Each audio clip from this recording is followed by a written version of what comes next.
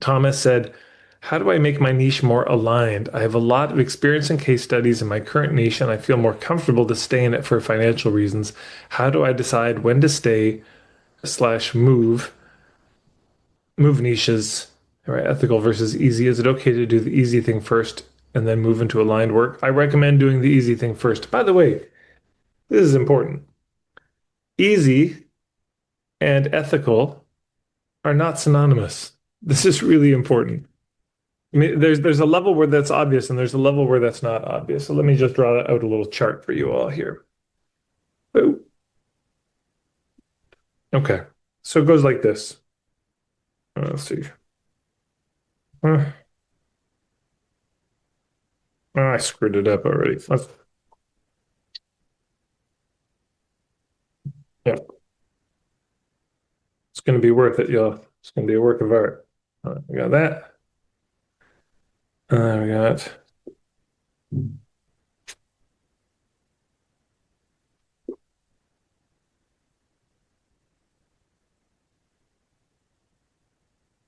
here we go. Okay. Check it out. Right. So there's stuff that is easy and unethical and easy and ethical. So if you're going to be unethical, at least do the easy stuff. Don't do this is terrible. We're here. Wait, yeah, it's wait, no, unethical, but it's hard. God, don't do that. You know, you're going to be unethical, chick. At least go for the easy one. This is a terrible life. Unethical and difficult. Like, oh God, what's the point? Okay. So if you're going to be unethical, at least do the easy stuff. Aha. But we don't want to do the unethical stuff, so we'll cross that one out too. Okay, well, that leaves us with the ethical side. This is what's important.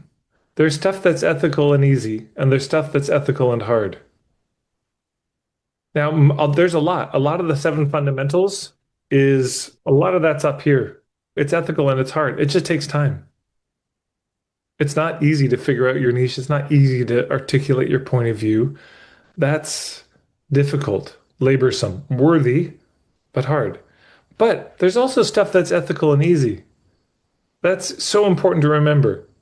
It doesn't, people, I think, hold it as like, well, if it's easy, it's unethical, you know, that there's a binary. And it's not a binary. There's plenty of stuff that's easy and ethical, which I recommend. I mean, my God, start with that stuff. Pick the low-hanging fruit while it's there, because it's not always going to be there. Yeah. So what I would say on that front is if you have a niche and or a job that's working for you, that's giving you the stability, that stability is important because your nervous system. It's not a great idea to try to build a business with a totally jangled nervous system that's in reaction all the time, that's in fight or flight. That's really not a wise move. So if you can have a job, I recommend this to entrepreneurs all the time. Get a part-time job, get a full-time job, start to build this on the side. Don't try to do it all at once. But, you know, start build your business as you can. And you may find a certain point you say, okay, I can't do both. Okay, so then maybe you move to part-time work and then build your business on the side. But what I would say is if you have a job, start working on the seven fundamentals. Yeah, really think through your niche. What is the niche that I actually ultimately want? Use the time you've got to work on that. What is my point of view? What's the offer that I'd want to have? And then, yeah, who are the hubs I could reach out to? What are the tactics? If you can be mapping that out while you have your job or while you have a niche that maybe isn't your real passion, but it's solid for you, be working on that. Then when you make the leap, it's a lot easier. Because if you make the leap having not done any of that thinking, that's hard. That's a lot all at once. Let's imagine that journey from the bottom of the seven fundamental pyramid to the top. That's 3 years for most business. It's 3 years to make it a sustainable thing with real focus and effort. So I would give yourself about that kind of a timeline. And it's not every work has to be the deepest expression of our soul.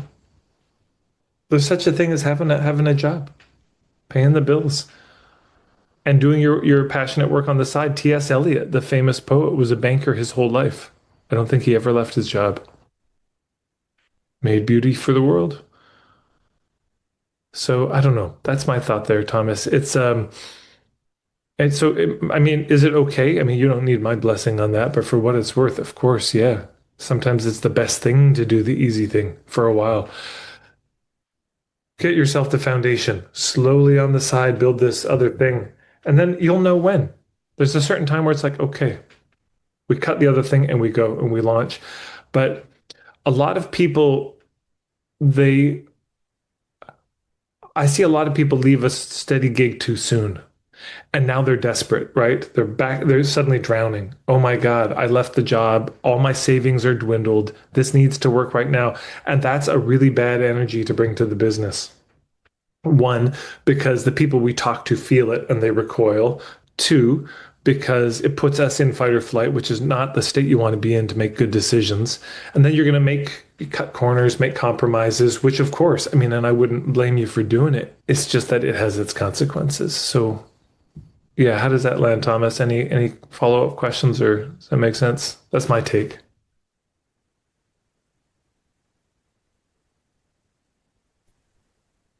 Yeah, that makes sense. I don't have anything that's coming up right now, but I kind of align with the whole nervous system thing.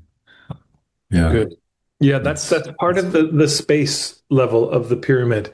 Space in our nervous system, space between stimulus and response. Because if you have just quit your job, you start the business, and then you decide, you know what? I'm so stressed. Before I go to sleep, I'm going to be on this for the next 3 hours and have the blue light tell me every outrageous thing in the world that I should be horrified by. God, why am I so stressed all the time? I can't figure it out.